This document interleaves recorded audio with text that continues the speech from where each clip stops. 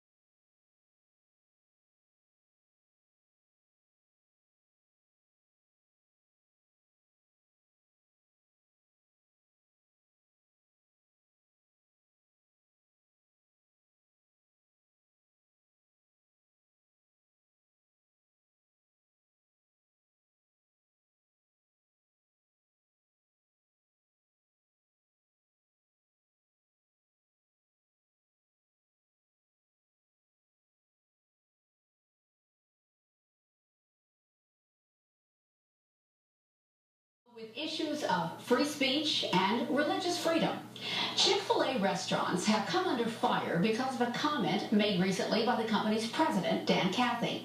In an interview with the Baptist Press, Cathy said his franchise supports the traditional family. Now, that really shouldn't come as a big shock. This family-owned and family-led company has always applied biblically based principles to its business. For example, the stores are closed on Sundays. They operate debt-free, and they also give a percentage of the profits back to the community. However, many see Cathy's statement on marriage as discrimination against gays and lesbians. The mayors of Chicago and Boston now are on record as saying they don't want this franchise in their cities. Chick-fil-A's values are not Chicago values. They're not respectful of our residents, our neighbors, and our family members. I don't believe a company that speaks out against gay rights in our country today should have the opportunity to operate in the city of Boston. All right, that's one side of this issue. But on the other, former Republican presidential candidates Rick Santorum and Mike Huckabee. Huckabee, in fact, has encouraged people to patronize Chick-fil-A on August 1st. He calls it Chick-fil-A Appreciation Day. How much should the religious beliefs held by the company's president actually matter to the public? Is this an example of religious intolerance in our country? Or are critics right in saying that there is no place for anti-gay marriage remarks? Focus at 4's Edward Birch took on those questions today. He joins me now from Pelham with some answers that, Ed, you found in our community. Well, Pam, people on both sides of this issue have been pretty firm in their beliefs on this. Now, the people that are in support of Dan Cathy's comments say that they respect that the company stands by its beliefs, and they say that this is a First Amendment issue. But those opposed say that being a Christian should have nothing to do with the stance on gay marriage. There's 640-plus laws in the Bible, and he's picked one. Dennis Garner is president of Central Alabama Pride, a gay rights group. Garner, a homosexual, hasn't been inside a Chick-fil-A in more than a year. They have every right to believe what they believe and say what they believe. And we have every right not to put our money there to support them. Garner and others in the gay and lesbian community are taking a stand against Chick-fil-A for what they call intolerance for Chick-fil-A's stance on gay marriage. Garner says he is a Christian. If you're a Christian, having Christ in your heart has anything to do with being gay or not. Despite the backlash, business is good. Drive-through lines packed. They do this because of their Christian values and their Christian witness. I admire them for that. Timothy George, dean of the Beeson Divinity School at Samford University, says The issue at hand stems from the First Amendment. It means freedom also to express your religious views, your religiously motivated views in the public square.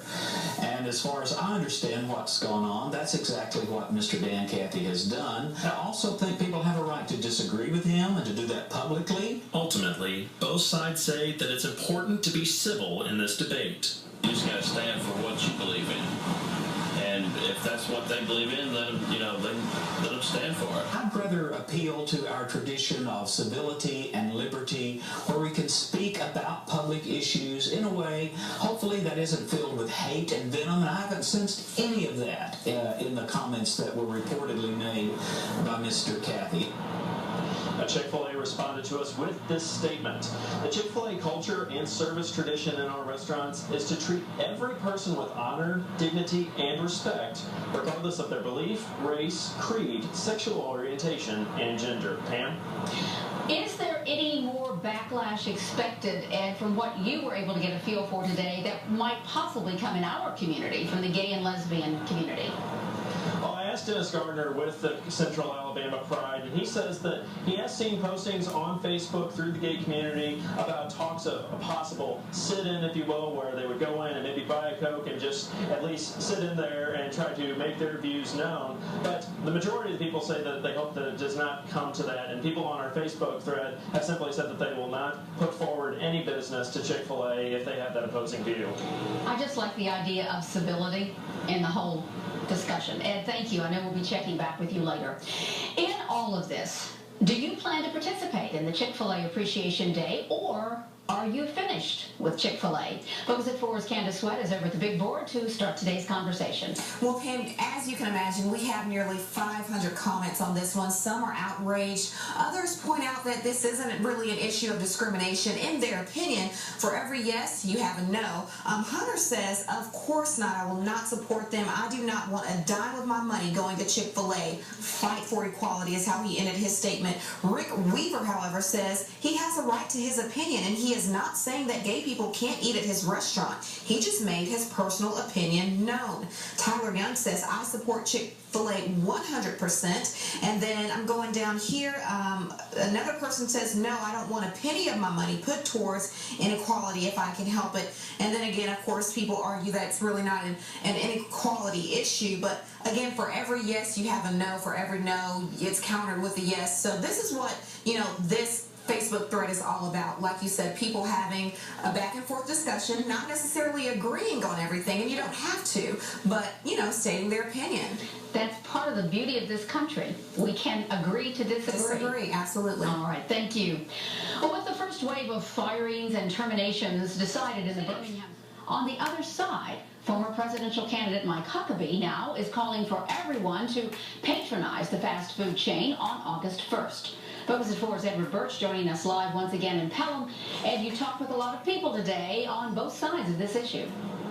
Yeah, Pam, and you wouldn't, being down here, you would not believe that there's any type of backlash at all, because all day, every day, it seems like there's customers that are coming in and out of the Chick-fil-A. The parking lots are usually full with cars, and the restaurants themselves are packed with customers, and many have actually come out in support of Chick-fil-A and the company's president for standing by its beliefs. But those opposed and those in the gay and lesbian communities are calling Chick-fil-A intolerant for the company's stance on gay marriage. And they say as long as Chick-fil-A keeps their stance, they will not be paying customers. But on the other hand, religious leaders say it's all about freedom of choice. They have every right to believe what they believe and say what they believe. And we have every right not to put our money there to support them. I think folks in Boston and Chicago that don't want Chick-fil-A's to be there, they have a right to express those opinions. They have a right not to participate in that business.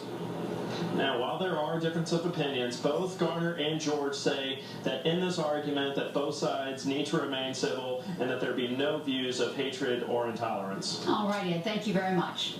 A judge overseeing the criminal case against the suspect in the Aurora, Colorado movie theater massacre